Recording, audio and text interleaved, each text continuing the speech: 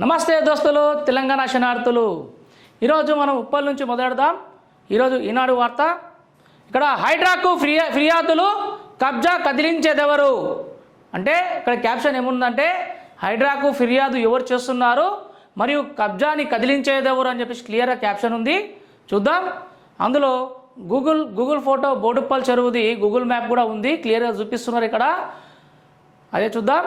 మొత్తం బోడుప్పల్లో చెరువు 30 ఎకరాలు, 27 ఎకరాలు మరి 12కు కుదించారు.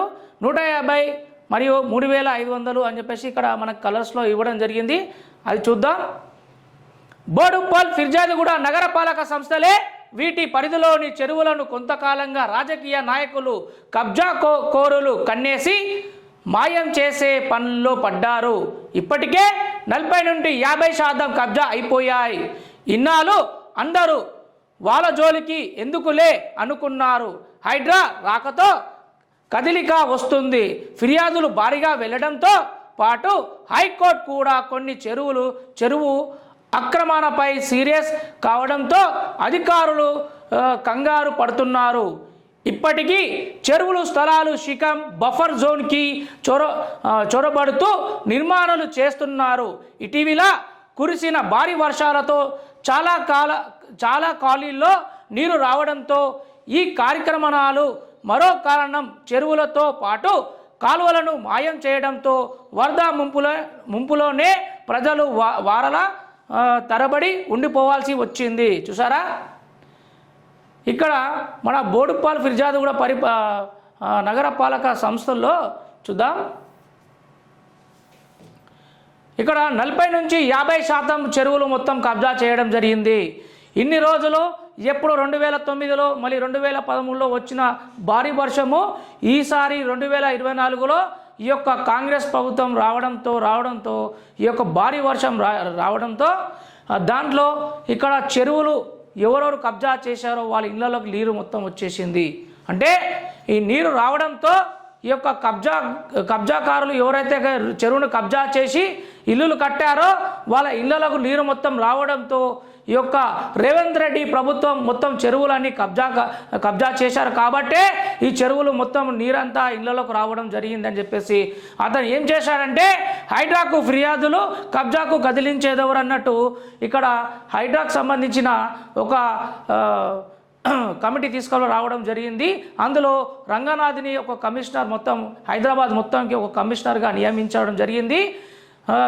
ఇటీ విషయమై అతను ఏం చేశాడంటే మొత్తం ఎక్కడెక్కడ చెరువులు కబ్జా చేశారో మొత్తం అందరింటికి మామూలుగా నోటీసులు పంపించి ఎవరైతే పెద్ద బడాబాబులు ఉన్నారో వాళ్ళని కూడా సైతం చూడకుండా ఇక్కడ ఎన్ కన్వెన్షన్ మరియు అక్కడ మన కోకాపేట్ దగ్గర మరి ఇక్కడ మాదాపూర్ కొండాపూర్ అక్కడ కోట్ల పలికే భూములను కూడా చూడకుండా ఈ యొక్క కబ్జా చేయడంతో వాళ్ళకు కూడా నోటీసులు పంపించి ఈ యొక్క భూమిని మొత్తం కబ్జా చేసిన వారిని మొత్తం ఎంత పెద్ద బహుళ అంతస్తులు కూడా చూడకుండా లెక్క చేయకుండా కూలగొట్టడం గమనార్హం. అదేవిధంగా ఇక్కడ కూడా మనం చూస్తున్నాం. ఇక్కడ బోడుప్పల్ ఫిర్యాదుగూడ నగరపాలక సంస్థల వీటి పరిధిలో చెరువులను కొంతకాలంగా రాజకీయ నాయకులు కబ్జా కోరులు కన్నేసి మాయం చేసే పనిలో పడ్డారు.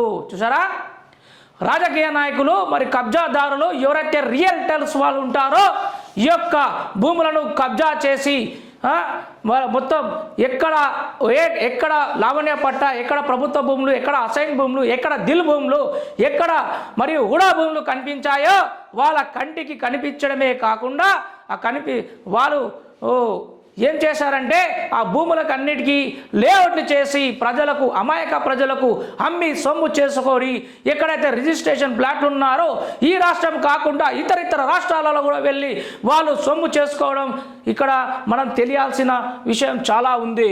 అదేవిధంగా హైడ్రా రాకతో కదిలిక వస్తుంది. ఫిర్యాదులు భారీగా వెళ్లడంతో పాటు హైకోర్టు కూడా కొన్ని చెరువులు అక్రమాలపై సీరియస్ కావడంతో అధికారులు కంగారు పడుతున్నారు. చూసారా, ఇక్కడ హైడ్రా రాకతో హైకోర్టు కూడా సీరియస్గా తీసుకొని ఎవరైతే అక్రమంగా ఈ యొక్క చెరువును కబ్జా చేసి ఈ యొక్క ఇళ్లను కట్టడంతో పాటు ప్లాట్లు చేసి అమాయక ప్రజలను అమ్ముతున్న వాళ్ళకు ఇలాంటి వాళ్ళకు వాళ్ళు ఏం చేస్తారంటే అమాయక ప్రజలు తక్కువగా వస్తుంది కదా లోన్ తీసుకొని కట్టుకుందామని చెప్పేసి వాళ్ళ సొంత డబ్బులు కూడా ఉండవు, వాళ్ళు ఏదో 20,000 30,000 జీతంకు ఉండే వాళ్ళు అలాంటి వ్యక్తులు బ్యాంకు లోన్ వచ్చింది కదా అని చెప్పేసి తీసుకున్న దౌర్భాగ్య పరిస్థితి.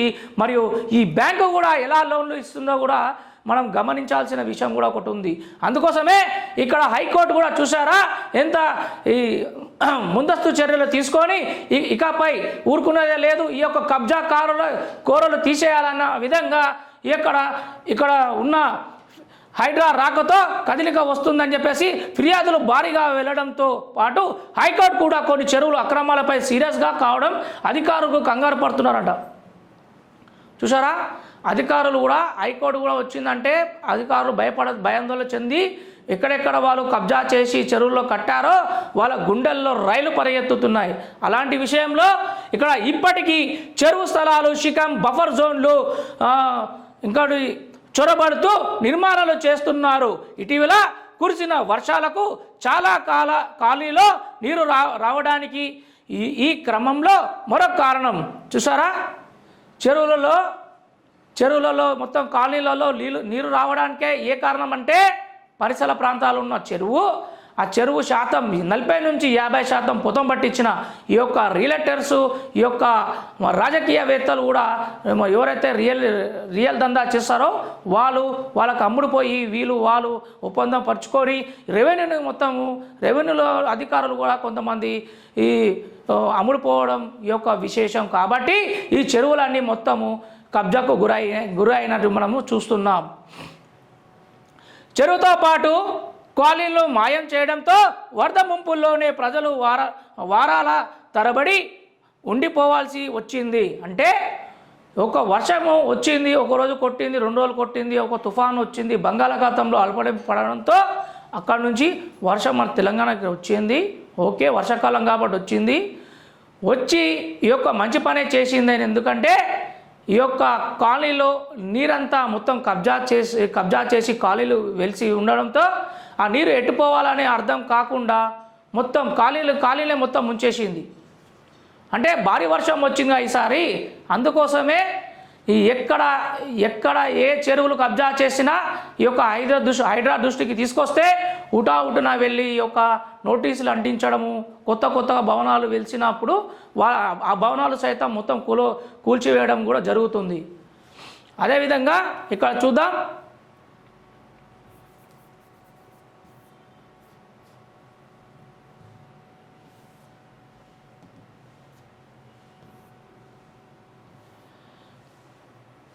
అయితే ఇక్కడ మనం విస్తీర్ణం సాదుకుంట ఆక్రమణ మొత్తము ఎకరాలు 30 ఎకరాలు ఉంది. 27 ఎకరాలు ఇక్కడ కాలనీలు మొత్తం 12 ఉన్నాయి. ఇల్లు 150 ఉన్నాయి. జనాభా 3,500 ఉన్నారు. బోడుప్పల్లో శుద్ధకుంట చెరువు చూసారా ఎంత మొత్తం కబ్జా చేసి మొత్తం మట్టి పోసి ఎలా చేశారో. ఇంకోటి ఫిర్జాద్గూడెంలో చెరువు చూడు, మొత్తం చెరువు కాకుండా మొత్తం అక్కడ మట్టి పోసి మొత్తం గూగుల్ మ్యాప్లో చూపిస్తుంది చూడండి అందరు క్లియర్గా. మొత్తం 45 ఎకరాలు ఉండేది 15 ఎకరాలు అయింది. 18 ఎకరాలు కాలనీలు, 150 ఇక్కడ చూద్దాం ఒక నిమిషం, 150 ఇల్లు, మొత్తం 3,000కు పైనే ఉన్నాయంట జనాభా. 3,000కు పైనే జనాభాలు కూడా ఉన్నారు. మళ్ళీ ఫిర్జాద్గూడలో చూడండి చెరువు మొత్తము చెట్లు మొత్తం మట్టితోట నిండి ఉంది, కానీ నీరు మాత్రం లేదు. అంటే ఈ కబ్జా కోరులు ఎక్కడ చెరువుని బఫర్ జోన్లో పెట్టి ఉన్నా కూడా వాళ్ళు కబ్జా చేసి మొత్తం అమ్మి సొమ్ము చేసుకోవడం మనకి ఇక్కడ కనిపిస్తుంది. ఇక్కడ ఇంకో అదే వార్త, పట్టించుకొని రెవెన్యూ నగరపాలక సంస్థలు, మురుగుతో నిండుతున్న చెరువులు, భారీ వర్షాలకు మునిగిన కాలనీలు, కిమ్మని రాజకీయ నాయకులు, ప్రజలు ఆగ్రహం. చూసారా, ఇక్కడ చూడండి చెంగిచెర్ల చింతల చెరువు వచ్చేసి చెప్తాను ఉండండి. మొత్తం 45 ఎకరాలు ఉంటే అందులో ఇప్పుడు ప్రస్తుతం ఉన్న జాగా ఎంత అంటే 10 ఎకరాలే. ఈ 10 ఎకరాలలో 8 ఇళ్ళు, ఈ 10 ఎకరాలలో మొత్తం కాలనీలు 8 కాలనీలు ఉన్నాయి. ఇక్కడ మొత్తం ఇల్లులు 300 ఉన్నాయి. ఇక్కడ జనాభా వచ్చేసి 1200 మంది ఉన్నారు. అంటే చెంగిచెర్ల చింతల చెరువు చూడండి, అది కూడా మొత్తం మురికి కూపగా మారిపోయింది. అందులోనే డ్రైనేజు అంటే చెరువు సహజ సిద్ధంగా ఉండే చెరువులను మొత్తం ఈ యొక్క భూదందా చేసిన వాళ్ళు, రియల్టర్లు, మరి రాజకీయ నాయకులు ఈ యొక్క రెవెన్యూ కూడా పట్టించుకొని రెవెన్యూ నగరపాలక సంస్థలంట. మురుగుతో నిండిపోతున్న చెరువులు చూడండి. ఆ మురుగుకి సరైన డ్రైనేజీ లేకపోతే ఆ డ్రైనేజీ వాటర్ ఏం చేద్దాం, చెరువులకు వదిలేద్దాం అని చెప్పేసి అక్కడ ఉన్న పరిసర ప్రాంతాల్లో ఉన్న ప్రజలంతా ఈ యొక్క డ్రైనేజ్ ప్రాబ్లం ఉందని మొరపెట్టుకున్నా కూడా వాళ్ళు ఏం చేశారంటే ఆ డ్రైనేజ్ మొత్తం మురుగు కుంటలో మరి చెరువులో వదిలేయడం జరుగుతుంది. ఇక్కడ మొత్తం అస్మాన్ కుంట 25 ఎకరాలు, ఇప్పుడు ప్రస్తుతం ఉన్నది ఎకరాలు 18 ఎకరాలు. అస్మాన్ కుంట అంటే ఇది చూడండి, చెట్లే ఉన్నాయి కానీ నీరు మాత్రం లేదు. అక్కడ చుట్టూ పరిసర ప్రాంతాల్లో 10 కాలనీలు ఉన్నాయి, 700 మంది ఇల్లులు ఉన్నారు, 1100 మంది మనుషులు ఉన్నారు. చూసారా, ఇక్కడ మన ఇవన్నీ చెరువుల గురించి ఇంత క్లియర్గా చక్కగా మన ఈనాడులో రాశారు. చూద్దాం. ఇక్కడ ఇంకో మెట్పల్లి చెరువు బఫర్ జోన్లో నింపిన మట్టి చూడారా, ఇది ఇక్కడ మన గూగుల్ మ్యాప్లో నుంచి కనిపిస్తుంది. ఇక్కడ ఇది అక్కడ ఒక టెంపుల్ కూడా ఉంటుంది. అక్కడ మెట్పల్లి చెరువు బఫర్ జోన్లో నింపిన మట్టి, బఫర్ జోన్ మొత్తం చెరువులో, అక్కడ ఆ చెరువులో మొత్తం మట్టి నింపేసి కొద్ది రోజులు ఏం చేస్తారు, ఒక నెల రోజులు మట్టి నింపుతారు. అది ఎండిపోయి మొత్తం అంతా అయిపోయాక మెల్లమెల్లగా ఒక రూమ్ కడతారు. రెవెన్యూ డిపార్ట్మెంట్కి అంత ఎంతో మేనేజ్ చేసి రూమ్ కట్టి మెల్లమెల్లగా బహుళ అంతస్తులు కట్టడం జరుగుతుంది. అలాంటి వాళ్ళకు కరెక్ట్గా హైడ్రా చెక్ పెట్టడం వచ్చింది. ఇంకోటి మెట్పల్లిలో మొత్తం 18 ఎకరాలు ఉన్నాయి. 18 ఎకరాల ప్రస్తుతం ఉన్నది ఎంత, 12 ఎకరాలు. అంటే మొత్తం 6 కాలనీలు ఉన్నాయి, 1100 మనుషులు ఉన్నారు. మొత్తం 1100 మెంబర్స్ ఇందులో ఉన్నారనమాట. అంటే ఇల్లులు ఎన్ని ఉన్నాయంటే 0 ఇల్లులు ఏం కట్టలేదు ఇంకా, మొత్తం ఇల్లులు 0 ఉన్నాయి. ఆ ఇల్లులు కూడా కడతారు, ఎందుకంటే పరిసర ప్రాంతాలలో ఇల్లులు ఉన్నాయి కదా, మెల్లమెల్లగా అది కూడా కబ్జా చేయడం జరుగుతుంది. బోడుప్పల్ నగరపాలక సంస్థ జనాభా సుమారు 2,50,000, డివిజన్లో 28,000. ప్రత్యేకత నగర పరిధిలోని కేంద్ర పరిశోధన సంస్థలు కేంద్ర ఔషధ సుగంధ మొక్కల పరిశోధన సంస్థ సిమ్యాప్, చెంగిచెర్లలో జాతీయ మాంసం పరిశోధన సంస్థ, జంతు వధశాల, చెంగిచెర్ల బస్ డిపో ఉన్నాయి. ఫిర్యాదిగూడ నగరపాలక సంస్థ జనాభా 1,50,000, డివిజన్లు 26. ప్రత్యేకత 2,02.3 కిలోమీటర్ల మేరకు వరంగల్ జాతీయ రహదారి ఉప్పల్ డిపో అక్కడ ఉన్నాయన్నమాట. ఇంకోటి సమాజానికి శాంతి సందేశం చూసారా, సమాజానికి శాంతి సందేశం అని చెప్పేసి మన జవర్నర్లో ఒక వార్త వచ్చింది, చూద్దాం. సమాజానికి శాంతి సందేశం అందించిన ఆదర్శమూర్తిగా మహమ్మద్ ప్రవక్త చరిత్రలో నిలిచిపోయారని జవహర్ నగర్ మేయర్ దొంతగాని శాంతి అన్నారు. మిలా ఉన్ నబీ పురస్కరించుకొని గురువారం జవహర్ ముస్లిం కమిటీ ఆధ్వర్యంలో నిర్వహించిన శాంతి ర్యాలీని మేయర్ ప్రారంభించారు. పండుగలు మత సామరస్యానికి ప్రతీకగా నిలుస్తాయన్నారు. ఈ కార్యక్రమంలో deputy mayor Reddisetti Srinivas, Jawahar inspector Nagaraju తదితరులు పాల్గొన్నారు. ఇక్కడ మన జవహర్ల చిత్రంలో చూస్తున్నాం, ర్యాలీని ప్రారంభిస్తున్న మేయర్ శాంతి కోటేష్ గౌడ్. చిత్రంలో మన జవహర్ సిఐ కూడా ఉన్నారు, మరియు మన రెడ్డిశెట్టి శ్రీనివాస్ గారు కూడా ఉన్నారు. అందులో మన కోఆప్షన్ సభ్యులు మన ఫారూక్ భాయ్, మరియు మన సతీష్ గౌడ్, పానుగంటి బాబు, మన జవహర్ మల్లెపూల శ్రీకాంత్ గారు కూడా ఉన్నారు. ఇక్కడ ఎడ్ల శ్రీనివాస్ గారు కూడా ఉన్నారు. మొత్తం ఇక్కడ అందరూ నిన్న మన బాలాజీ నగర్లో ర్యాలీ అనేది పెద్ద ఎత్తున తీయడం జరిగింది చాలా రోజుల తర్వాత.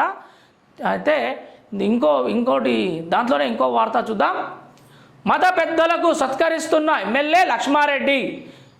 మిలాద్ ఉన్ నబీని గురువారం మేడ్చల్లో అత్యంత భక్తి శ్రద్ధలతో నిర్వహించారు. పెద్ద మసీదు నుంచి ర్యాలీని ప్రారంభించారు. ఈ కార్యక్రమంలో సయ్యద్ నయన్ నాయక్ అలీ ఎండి, రఫీక్ ఎండి, అబేద్ పాల్గొన్నారు. చూడండి, ఇక్కడ మత పెద్దలను సత్కరిస్తున్న ఎమ్మెల్యే లక్ష్మారెడ్డి మత పెద్దలను సత్కరించడం జరుగుతుంది. ఇంకోటి, రామంతపూర్ డివిజన్లో గాంధీనగర్లో మసీద్లో మహమ్మద్ జహంగీర్ ఆధ్వర్యంలో మిలాద్ ఉన్ నబీ వేడుకలు నిర్వహించారు. ఉప్పల్ ఎమ్మెల్యే బండారు లక్ష్మారెడ్డి, ఉప్పల్ సిఐ ఎలక్షన్ రెడ్డి పాల్గొన్నారు. నిన్నటి వార్త నిన్న ఘనంగా నిర్వహించారు. ఇంకో వార్త కూడా వచ్చింది. ఇక్కడ ర్యాబీస్ వ్యాధి నియంత్రణకు టీకాలు. ఇక్కడ జోహర్నగర్లో మన అంబేద్కర్ స్టాచ్యూ పక్కకి పెద్ద వ్యాన్ పెట్టారు. ఎవరికైతే కుక్కలు కరవడము అలాంటి వాళ్ళకు ర్యాబీస్ అనేది సోకకుండా అలాంటి వాళ్ళ కొరకు ఒక పెద్ద వ్యాన్లో మందులు పంపిణీ చేయడం జరిగింది. నిన్న చూద్దాం. కుక్క కాటుతో వ్యాపించే ప్రాణాంతక ర్యాబీస్ వ్యాధి నియంత్రణకు చర్యలు తీసుకుంటున్నట్లు జోహర్నగర్ మేయర్ దొంతగాని శాంతి కోటేష్ గౌడ్ అన్నారు. గురువారం ప్రపంచ ర్యాబీస్ డేని బ్లూ క్రాస్ సంస్థ, మున్సిపల్ కార్పొరేషన్ సంయుక్తంగా శునకాలకు టీకాలను వేశారు.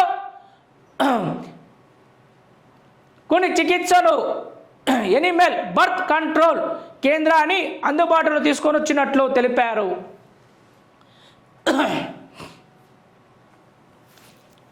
ఇక్కడ నిన్న చూసాం మనము, మన జోహర్నగర్లో నేను కూడా అటు నుంచి వెళ్తున్నప్పుడు చూశాను. అక్కడ చాలా పెద్ద వ్యాన్, అది ఒక బస్సు ఎంత పెద్ద ఉంటుందో అంత పెద్ద ఉంది.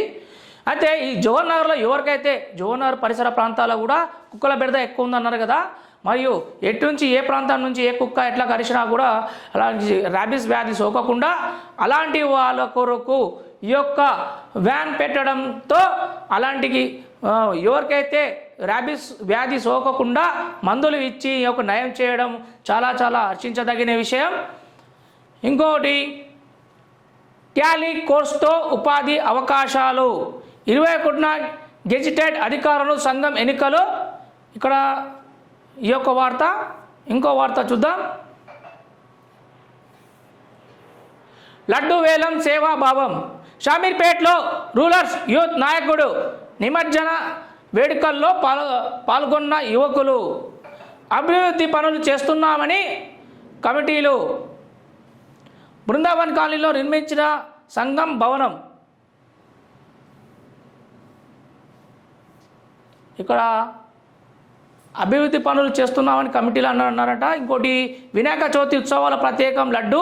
నవరాత్రుల గణేశునితో పాటు పూజలు అందుకున్న మహా ప్రసాదాన్ని చివరి రోజు వేలం పాట వేశారు. ఆ లడ్డు దక్కించేందుకు భక్తులు పోటీ పడతారు. చాలా చోట్ల నిర్వాహకులు వేలంపాటతో వచ్చి డబ్బులను మళ్ళీ వచ్చే ఏడాది నిర్వహించే ఉత్సవాలకు ఖర్చు చేస్తారు. కానీ కొన్ని కమిటీలు ఆ డబ్బులను కాలనీ సంక్షేమానికి సేవా కార్యక్రమాలకు వెచ్చిస్తూ పలువురికి ఆదర్శంగా నిలుస్తున్నారని చెప్పేసి ఒక వార్త వచ్చింది ఇక్కడ. ఇంకోటి, దీంట్లో వచ్చేసి షామీర్పేట్ మండలం కేంద్రానికి రూరల్స్ యూత్ అసోసియేషన్ ఆధ్వర్యంలో ఏర్పాటు చేసిన గణపతి మండపం వద్ద లడ్డు వేలం రూరల్స్ యూత్ ట్రస్ట్ 11,51,111 రూపాయలకు దక్కించుకున్నారు. వచ్చే ఏడాది వినాయకుడికి కేవలం 10% నిధులు ఉపయోగించుకుంటారు.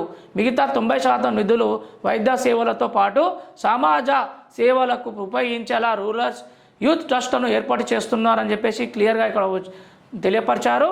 ఇంకోటి, మనది Jawaharnagar Brindavan ex service man colony సంక్షేమ సంఘం ఆధ్వర్యంలో 2023 నుంచి ఇప్పటి వరకు నిర్వహించిన వినాయక చవితి ఉత్సవాలు సుమారు 16 లక్షల వరకు గణేశునికి లడ్డు వేలం వచ్చింది.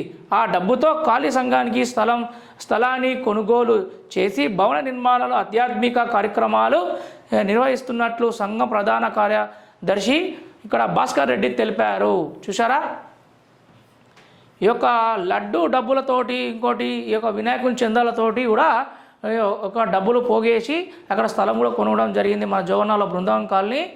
ఇక్కడ మన గణేష్ ఉత్సవాలు కమిటీ వాళ్ళు తెలుపుతున్నారు. ఇంకో విషయం, ఇంకో వాడుతుందిడా, పార్క్ స్థలంలో పార్కింగ్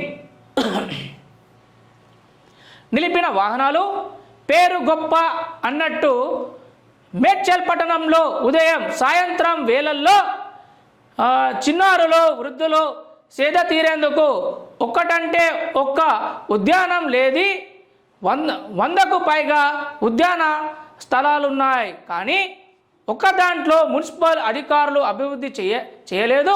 ఆ స్థలాలను పట్టించుకోలేదు. చాలా చోట్ల అన్యాక్రాంతమైపోతున్నాయి. ఆర్టీసీ కాలనీతో పాటు కొన్ని ప్రాంతాల్లో పార్క్ స్థలాలను వాహనాలను పార్కింగ్గా వినియోగిస్తున్నారు. కేఎల్ఆర్ ఉమానగర్ కాలనీలో స్థలాలను ఆక్రమించి సామాజిక భవనాలు నిర్మించారు. అక్రమాలపై ఫిర్యాదులు చేస్తే తప్ప అధికారులు చర్యలు దిగడం లేదు. పురపాలకలో సత్యానగర్ కాలనీ కేఎల్ఆర్తో పాటు మరో లేఅవుట్లో పార్కులను అభివృద్ధి చేయాలని కోరుతూ ఉన్నతాధికారులు ప్రతిపాదనలు పంపాం. పార్కు స్థలాలను ఆక్రమిస్తే కఠిన చర్యలు తీసుకుంటామని చెప్పేసి ఎవరు మన మేడ్చల్ రూరల్ వారు చెప్తున్నారన్నమాట. వార్డులు ఎన్ని ఉన్నాయమ్మా? ఇక్కడ మేడ్చల్లో వార్డులు మొత్తం మేడ్చల్ పురపాలిక వార్డులు 23, ఖాళీ సంఖ్య 50, పార్కు స్థలాలు 120, జనాభా 75,000. అంటే ఈ యొక్క పార్కు స్థలాల్లో పార్కింగ్ చేయడం ఇక్కడ చాలా ప్రాబ్లం అవుతుందని ఇక్కడ తెలిపారు. మొత్తం చూడాలి మన అధికారులు ఏం పట్టించుకుంటున్నారో. క్రీడలపై దృష్టి సారించాలి ఎమ్మెల్యే. రాత్రి ఇంటి నుంచి వెళ్ళి శ్మశానంలో శవమై అర్ధరాత్రి శ్మశాన వాటికలో యువకుడి దారుణ హత్య జరిగింది. కుషాయిగూడ ఇన్స్పెక్టర్ జి అంజయ్య కథన ప్రకారం బొలారం కంటోన్మెంట్ ఆర్మీ ఏరియాలోని సర్మెంట్ క్వార్టర్స్లో నివాసం ఉంటున్న జేసెఫ్ బెనర్జీ 35 సంవత్సరాలు డ్రైవర్గా పనిచేస్తున్నారు. బుధవారం రాత్రి బయటకు వెళ్ళి ఇంటికి తిరిగి రాలేదు. గురువారం రాత్రి 10 గంటల ప్రాంతంలో కందిగూడలోని అమ్మగూడ వలువర్ నగర్ శ్మశాన వాటికలో సమాధుల మధ్య శవమై కనిపించాడు. అతన్ని గుర్తించి స్థానికులు 100 డయల్ చేసి పోలీసులు సమాచారం అందించారు. పోలీసులు మృతదేహాన్ని స్వాధీనం చేసుకొని గాంధీ ఆసుపత్రిలోని శవకారాగారాన్ని తరలించారు. ఇక్కడ అతని శరీరంలో నిండా కర్రలతో తోలు బెల్టుతో కొట్టినట్లు గాయాలు ఉన్నాయని చెప్పి క్లియర్గా ఇక్కడ వార్త వచ్చింది. మరి ఎవరు రాత్రి ఇంటి నుంచి వెళ్ళి శ్మశానంలో శవమైన అంటే చూసారా, ఉదయం ఎక్కడికి వెళ్తారో ఏమో తెలియదు కానీ మార్నింగ్ ఇంకా విధి నిర్వహణలో వెళ్ళి మళ్ళీ నైట్ ఇంటికి తిరిగి రాలేని పరిస్థితిలో ఇంట్లో వాళ్ళకు ఆ వ్యక్తి ఎటు పోయినా కూడా తెలియదు, మధ్యలో ఎవరు అటాక్ చేశారో తెలియదు, ఎందుకు కొట్టిరో తెలియదు, ఇంత పగుంటే కొట్టిరో తెలియదు. తీసుకెళ్ళి ఆఖరికి ఆ శవాన్ని శ్మశాన వాటికలో పడేయడం జరిగిందంట. తోలు బెల్టులతో కర్రలతో కొట్టి చంపారట. మరి ఇది గుర్తించిన స్థానికులు ఏం చేశారంటే డయల్ 100 కాల్ చేసి పోలీసుల సహాయంతో గాంధీ ఆసుపత్రికి మాచూరికి పంపించడం జరిగిందట. మరి ఎవరు చేశారో అది దర్యాప్తు చేస్తున్నారు పోలీసులు. దొరికిన తర్వాత ఉంటుంది కొడుకులకి. పోకిరలకు అడ్డగా ఉద్యానం, ఇవి చేస్తే బాగు. పార్కు చుట్టూ రక్షణ కంచెను ఏర్పాటు చేయాలి, వీధి లైట్లను అమర్చాలి, పిల్లలకు ఆట వస్తువులు ఉండాలి, చెత్త చెదారంను తొలగించాలి, మందు బాబులు పోలీసులు తనిఖీ ఉండాలి. ఇవి చేస్తే చెత్త చెదారంతో నిండి ఉన్న పార్కు చూడండి ఎంత ఘోరంగా ఉందో. అవన్నీ చేస్తానంట, ఏ ప్రాబ్లం ఉండదంట. పచ్చదనంతో ఉండాల్సిన పార్కుల ముందు మందు బాబులకు అడ్డగా మారడంతో స్థానిక ప్రజలు ఇబ్బంది పడుతున్నారు. పార్కులపై అధికారులు పర్యవేక్షణ లేకపోవడంతో చెత్తతో నిండిపోతున్నాయి. Habsiguda division Ravindranagar mini park చూసారా, మినీ పార్క్లో ఇక్కడ చెత్త చెదరం వేయడం జరుగుతుందంట. ఎవరు పట్టించుకోకపోవడంతో దారుణంగా తయారయ్యింది. ఇక ఉద్యానంలో మొక్కలకు బదులు చెత్త చెదారం కనిపిస్తోంది. కొందరు మందుబాబులకు అక్కడే తిష్ట వేస్తున్నారు. అప్సిగూడ రవీందర్ పార్క్ చూడండి ఎంత ఘోరం అయిపోయింది. పరిశీలించి చర్యలు తీసుకుంటా ఎవరు ఆంజనేయులు అంటున్నాడంట. ఇంకా పరిశీలించడం కారణమే ఉన్నాడు అతను. అంటే మీ మున్సిపల్ సిబ్బంది ఏం చేస్తున్నారయ్యా, మరి మీరేం చేస్తున్నారయ్యా, మీరు రౌండ్స్కి వెళ్ళొచ్చు కదా. అక్కడ చెత్త ఎటు నుంచి వస్తుంది, ఎవరు వేస్తున్నారు, చెత్త వేయరాదని మీరు సూచిక బోర్డు పెట్టొచ్చు కదా. అయ్యా ఆంజనేయులు గారు, డీసీ గారు, రవీందర్ నగర్ మినీ పార్క్ పరిశీలించి తగిన చర్యలు తీసుకుంటా, చెత్త చెదారం తొలగిస్తానంట. అంటే దొంగలు పడ్డ కుక్కలు 6 నెలలు మురిగినట్టు ఏందయ్యా, అక్కడ చెత్త పడి రోజు అక్కడ నుంచి పాదచారులకు చాలా ఇబ్బందిగా పడుతుంది. ప్లస్ పార్క్లో వెళ్ళాలంటే కూడా వెళ్ళని దౌర్భాగ్య పరిస్థితి ఏర్పడుతుంది. అది గమనించకుండా అక్కడ ఉన్న సిబ్బందిని పంపించకుండా పరిశీలిస్తారంట. మరి ఏం పరిశీలిస్తారయ్యా మీరు? ఇమీడియట్లీ యాక్షన్ తీసుకుంటానంటున్నారు. మళ్ళీ ఏం యాక్షన్ తీసుకుంటారో చూద్దాం. ఇలాంటి వాళ్ళ అధికారులు కొంతమంది ఉంటారు, కానీ మాటలకు మాత్రమే ఉంటారు, కానీ చేతులు మాత్రం చెయ్యరు.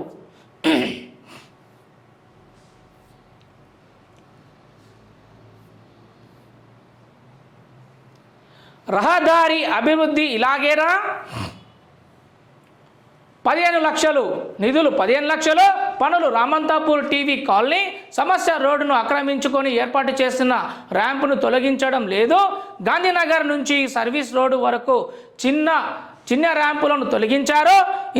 ఇంజనీరు ఇలా ర్యాంపులను తొలగించేందుకు ప్రయత్నిస్తే మాపై గొడవకు దిగుతున్నారని అప్సిగూడలో ఈ నాగేందర్ పేర్కొన్నారు. చూసారా, ఇండ్ల ముందు ర్యాంపులు కట్టుకోవడము ఇలా ఏందని అడిగితే వాళ్ళపై దాడి కూడా చేయడం జరుగుతుందంట. చూద్దాం.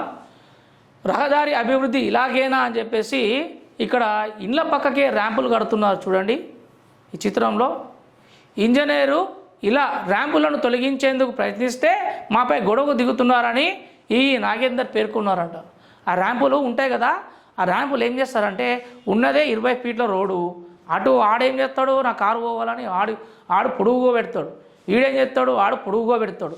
మళ్ళీ కారు ఓనికి పెట్టుకుంటున్నావు అయ్యా, మళ్ళీ అలాంటప్పుడు నీ కారు నువ్వు పొడుగుగా పెట్టుకుంటున్నావు, దానికి నువ్వు ఇంత పెద్ద ర్యాంపు కడితే మొత్తం రోడే కబ్జా చేస్తే మళ్ళీ అక్కడ అటు నుంచి వచ్చే వాహనదారులకు తీవ్ర ఇబ్బంది పడుతుంది కదా. వాళ్ళు చూసుకోకుండా రోడే ఉంది కానీ స్పీడ్గా వచ్చిందనుకో రాత్రి సమయంలో కింద బొక్కబొర్లో పడిపోయి బొక్కలకు దెబ్బలు తగులుతాయి కదా. మరి అది ఎందుకు ఆలోచించారయ్యా మీరు? ఇల్లు కొన్నాము, ఇల్లు నాది, నా జాగాలో నేను కట్టుకుంటున్నా అంటే ఇల్లు నీదే, కానీ రోడ్డు అయ్యా జాగిరి కాదు కదా. ఆ రోడ్ అనేది ప్రభుత్వాలకు సంబంధించింది, మీకు పాదాచారులకి. ప్లస్ ఇంకోటి, ఆ రోడ్డుని కబ్జా చేసి ర్యాంపులు కట్టుకోవడంతో చాలా ఇబ్బందులు పడుతున్నారు. ఇలాంటి వాళ్ళు చాలామంది ఉన్నారు కాలనీలో. అలాంటి వాళ్ళు చూడండి, ఇదేంది అని అడగగా ర్యాంపులపై తొలగిస్తుంటే వాళ్ళపై గొడవకు దిగుతున్నారంట. ఎవరిపై అంటే ఈ నాగేందర్ మీద గొడవ దిగుతున్నారని చెప్పేసి ఇక్కడ క్లియర్గా మనకి రాయడం జరిగింది. అలాంటి వాళ్ళు కూడా చాలామంది ఉంటారు. ఈ ర్యాంపులు కట్టి ఏం చేస్తున్నారంటే మొత్తము రోడ్డుని కబ్జా చేస్తున్నారు.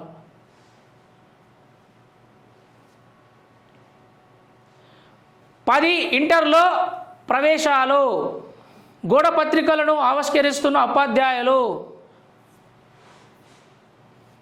చదువుదాం ఈ వార్త. దూర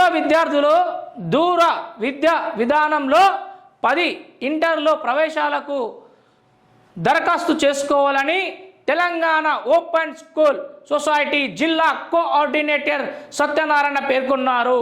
అంటే డిస్టెన్స్ అంటే మామూలుగా ఇంటర్ డిగ్రీ ఎట్లయితే డిస్టెన్స్ ఉంటుందో అందులో కూడా ఇప్పుడు 10 ఇంటర్లో ప్రవేశాల కొరకు కూడా మీరు ఇక్కడ ఆర్డినెన్స్ ఒకటి వచ్చింది. కోఆర్డినేట్ సత్యనారాయణ పేర్కొన్నారు. ఇక్కడ ఎవరైతే దరఖాస్తు చేసుకోవాలనుకుంటున్నారో వాళ్ళు దరఖాస్తు చేసుకోవాలని క్లియర్గా ఇక్కడ మన గోడ పత్రికలు కూడా వేయడం జరిగింది.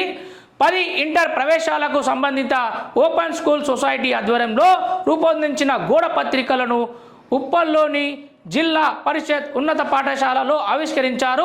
14 ఏళ్ల నుండి ఎలాంటి విద్యా అర్హత లేనప్పటికీ 10వ తరగతిలో ప్రవేశం పొందొచ్చని తెలిపారు. 10వ తరగతి ఉత్తీర్ణులైన 15 ఏళ్ల నిండిన వారి ఇంటర్లో ప్రవేశానికి అర్హులుగా చెప్పారు. పూర్తి వివరాలు జిల్లాలోని ప్రభుత్వ ఉన్నత పాఠశాలలో ప్రధానోపాధ్యాయులను సంప్రదించాలని కోరారు. ఈ కార్యక్రమంలో ప్రధానోపాధ్యాయుడు వెంకటేశ్వర్లు, శ్రీనయ్య, పూస అశోక్ తదితరులు పాల్గొన్నారు. ఇక్కడ మరియు ఎవరైతే మరి డిస్టెన్స్ స్టడీ చేయాలనుకుంటున్నారో వాళ్ళ కొరకు ఈ యొక్క వార్త అనేది వచ్చింది. ఎవరైతే మళ్ళీ జాబ్ చేసుకుంటూ చాలామంది చదవలేని వాళ్ళు ఉంటారు కదా, అలాంటి వాళ్ళ కొరకు డిస్టెన్స్ అంటే దూరపు చదువు అన్నట్టు ఎవరైతే వచ్చి అందరూ అర్హులే అని చెప్పేసి వాళ్ళకు ఒక సూచిక పత్రాన్ని, ఒక గూఢ పత్రికను ఆవిష్కారం చేయడం జరిగింది. ఎవరైతే ఈ వార్త చూస్తున్నారో వాళ్ళు కూడా ఎవరైతే 10th మరి ఇంటర్ చదువుకోవాలనుకున్న వ్యక్తులు ఎవరైతే ఉంటారో 8వ 9వ తరగతి వదిలేసిన వాళ్ళు ఉంటారు కదా, వాళ్ళ కొరకు ఇది ఉంటుంది. మీరు చదువుకోండి, మీరు జాబ్ చేసి కూడా చదువుకోవచ్చు అని చెప్పేసి క్లియర్గా ఇక్కడ మనకు సూచన చేయడం జరిగినది.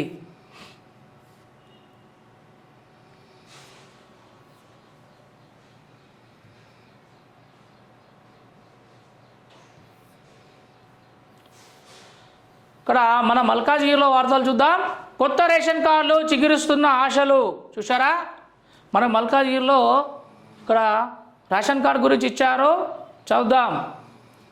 చౌకాదారుల దుకాణాలు మళ్ళీ పూర్వ వైభవాన్ని సంతరించుకోనున్నాయని నిరుపేద కుటుంబాల నిత్యావసర వస్తువులు భారంగా తగ్గనుందా అంటే ఇటీవల రాష్ట్ర ప్రభుత్వం చేసిన ప్రకటనతో అదే నిజమనిపిస్తుంది. చూసారా, అదే నిజమనిపిస్తుందంట.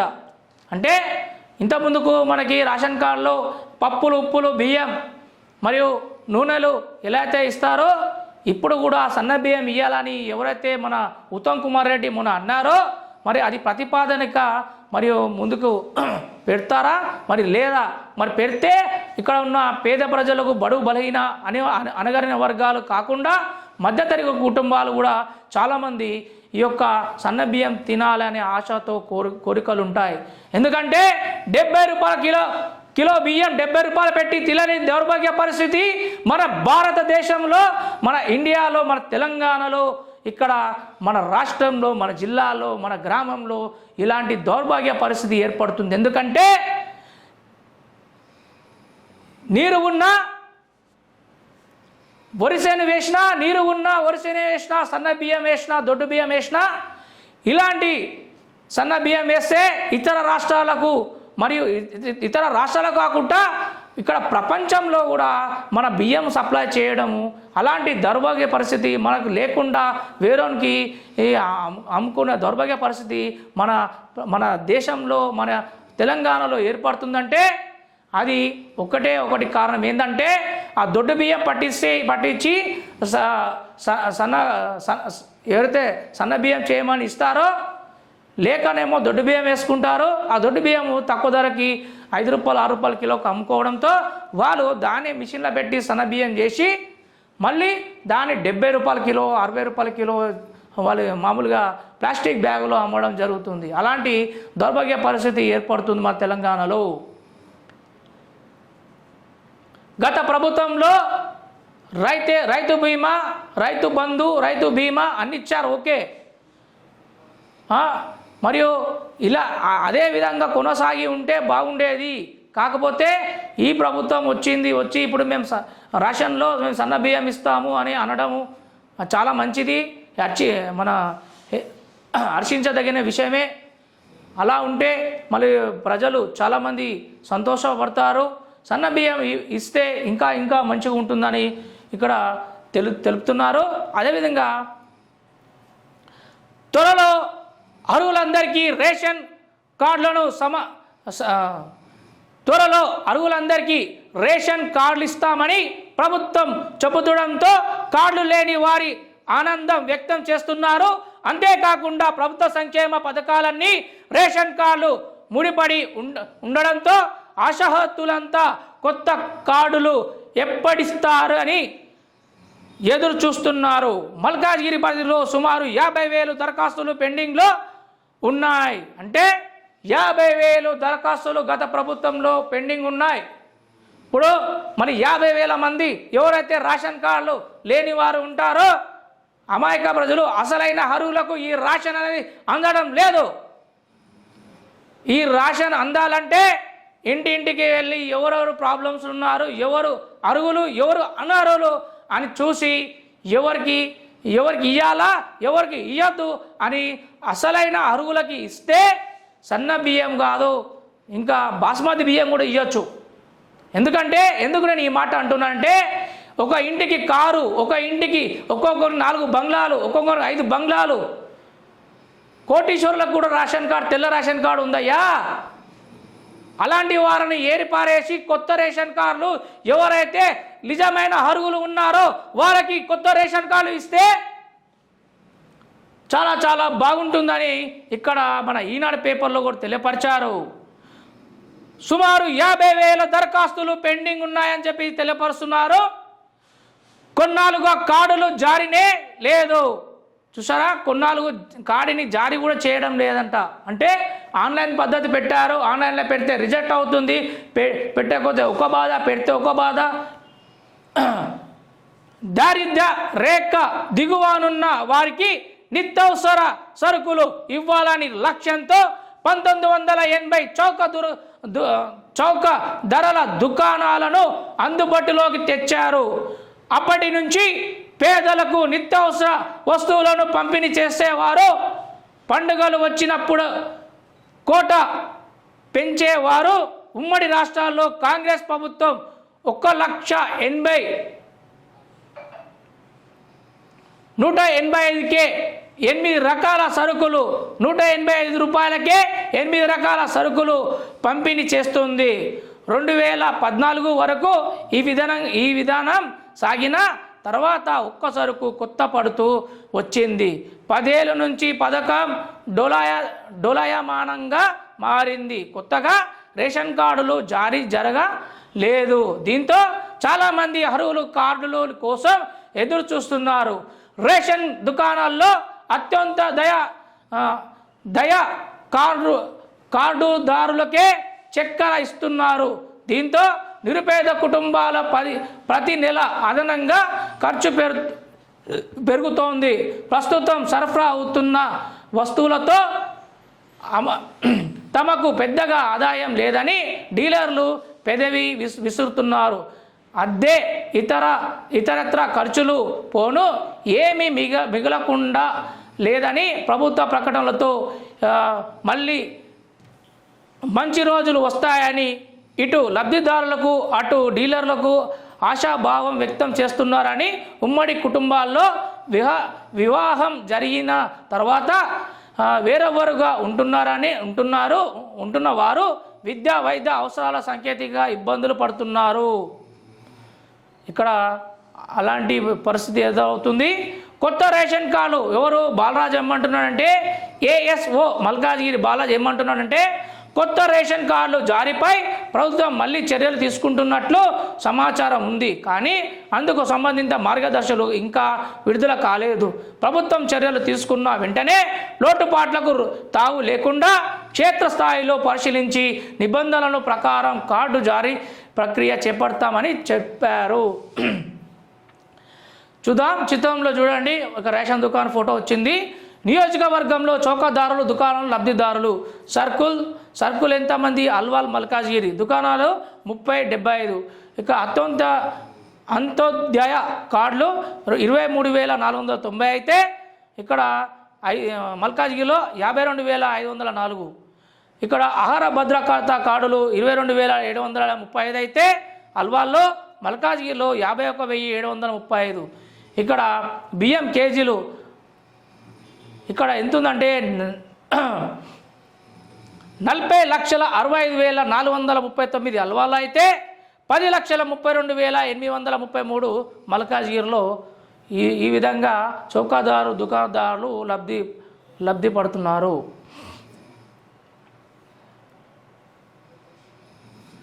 చూసారా, మరి ఇన్ని దుకాణాలు ఉన్నాయి, మరి ఇంతమందికి లబ్ధి పడుతున్నారు అంటున్నారు. కానీ ఎవరైనా అసలైన అర్హులకి లబ్ధి చేకూర్చలేదని ఇక్కడ మనం గమనించాలి. ఎవరైతే అసలైన దారిద్ర రేఖతో ఉన్నవారు ఉంటారు కదా, అలాంటి వారికి లబ్ధి చేకూరిస్తే చాలా బాగుంటుందని ఇక్కడ ఈనాడు పేపర్లో క్లియర్గా చెప్పారు, క్లియర్గా ఇవ్వడం జరిగింది. సీసీ రోడ్లు నిర్మాణించాలి విజ్ఞప్తి. జెడ్సీకి వినతి పత్రం ఇస్తున్న కార్పొరేటర్ జితేందర్ నాథ్. భాజపా సభ్యత్వ నమోదుకు స్పందన. సభ్యత్వ నమోదు చేస్తున్న మాజీ ఎమ్మెల్యే రామచంద్రరావు. అక్రమ నిర్మాణాలు కూల్చివేత. ఇక్కడ గౌతమ్ నగర్లో అక్రమ నిర్మాణాలు అంటే చూద్దాం. మల్కాజ్గిరి సర్కిల్లో పరిధిలో గౌతమ్ నగర్ డివిజన్ హనుమాన్పేటలో నిబంధనలకు విరుద్ధంగా నిర్మించిన కట్టడాలను గురువారం జిహెచ్ఎంసి అధికారులు కూల్చివేశారు. నిబంధనలు పట్టించుకోకుండా నిర్మాణాలు చేపడితే కఠిన చర్యలుంటాయని అధికారులు హెచ్చరించారు. అక్కడ బహుళ అంతస్తులు కాకుండా pent house, G+2 pent house, G+3 pent house, కింద సెల్లారు, ముంగడ షట్టర్లు, ఎలాంటి అనుమతులు లేకుండానే ఇక్కడ బహుళ అంతస్తులు నిర్మిస్తుండడం. గౌతమ్ నగర్లో అది గడ్డ మీద ఉంటుంది కాబట్టి అక్కడ చాలామంది, ఇక్కడ రేటు కూడా బాగానే పలుకుతుంది. సుమారుగా 70-80 లక్షల గజం నడుస్తుంటుంది అక్కడ. మరియు అధికారులకు కుంటుపడేలా ఇలాంటి వాళ్ళు చాలామంది అక్రమంగా గుట్టు చప్పుడు కాకుండా ఇలాంటి కట్టడం చాలా బాధపడడం జరుగుతుంది.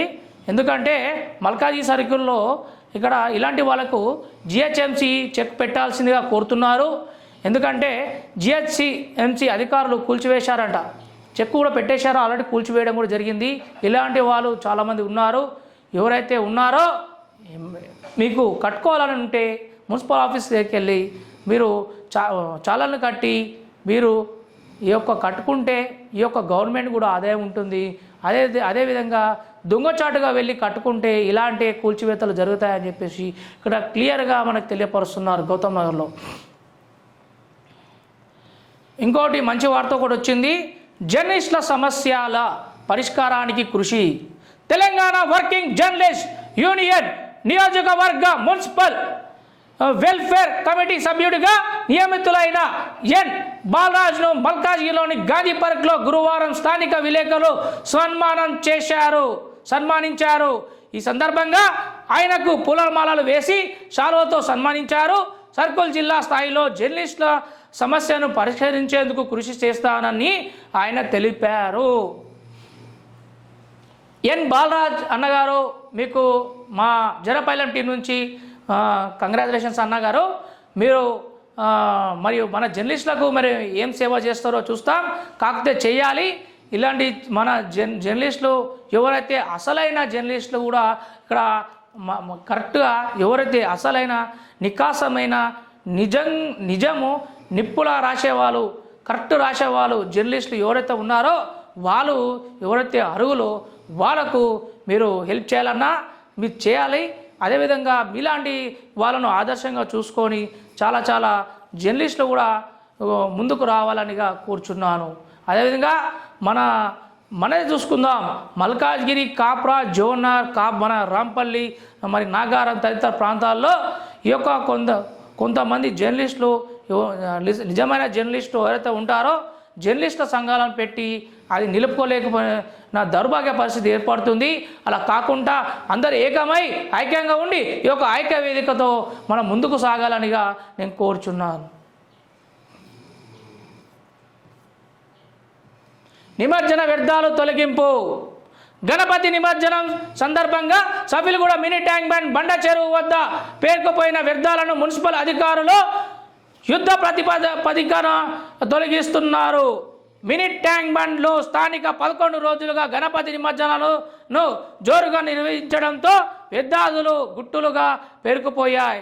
3 అడుగులు పైబడిన 1284 విగ్రహాలు నిమజ్జనం చేశారని జిహెచ్ఎంసి ఉప కమిషనర్ రాజు తెలిపారు. చూసారా, ఈ యొక్క నిమజ్జనం అయిన తర్వాత ఈ యొక్క చెత్త అనేది మొత్తం ఒక డంపింగ్ యార్డ్ లెక్క పేరుకుపోయిందంట. ఆ చెత్త అనేది ఇప్పుడు అందులోకి తీసి మొత్తం నీరంతా ఫ్రెష్గా చేయడం జరుగుతున్నది. అదేవిధంగా ఇక్కడ 11 రోజులుగా గణపతి నిమజ్జనం జోరుగా నిర్వహించడంతో వ్యర్థాలు గుట్టలుగా పేరుకుపోయాయి. 3 అడుగులు పైబడిన 1284 విగ్రహాలను నిమజ్జనం చేశారట. అదేవిధంగా జిహెచ్ఎంసి ఉప కమిషనర్ రాజు తెలపడం జరిగింది. ఇక్కడ మనము ఇంకో వార్త చూద్దాం. తాగునీరు వృధా తప్పని వ్యధ. రామకృష్ణపురం న్యూ బాలా కాలనీ వీధి నంబర్ 3 తాగునీటి పైప్లైన్కు లీకేజ్ ఏర్పడుతున్నాయి. కొన్ని రోజులుగా నీరు రోడ్డుపై పారుతుండడంతో స్థానికులు ఇబ్బందులు పడుతున్నారు. మరమ్మతులు చేపట్టాలని కోరుతున్నారు. ఇక్కడ డిఫెన్స్ కాలనీకి సంబంధించిన వార్త అది. అల్లుకున్న నిర్లక్ష్యం. మధుసూదన్ నగర్ రోడ్డుకు ఇటువైపు నుంచి అటువైపు నుంచి వరకు స్తంభాలకు చెట్లకు తీగలు అల్లుకున్నాయి. దీంతో రాత్రి సమయంలో స్తంభాలకు అమర్చిన వీధి దీపాలు వెలుగులు ఇవ్వక స్థానికులు ఇబ్బందులు ఎదుర్కొంటున్నారు. వర్షాకాలం కురుస్తున్న సమయంలో తీగల నుంచి మంటలు వస్తున్నాయని భయాందోళనకు గురవుతున్న సంబంధిత అధికారులు చర్యలు తీసుకోవాలని కోరుతున్నారు. చూసారా, మరి ఘోరం అయిపోయింది. ఎట్లా అంటే ఒక తీగలు ఎటు నుంచి ఎటు వస్తున్నాయో తెలియదు. ఈ యొక్క కరెంటు షాక్ కొట్టి అలాంటి పరిస్థితి కూడా ఎదురవుతాయి. ఈ తీగలు ఒక క్రమంగా ఉంటే ఏ ప్రాబ్లం ఉండదు.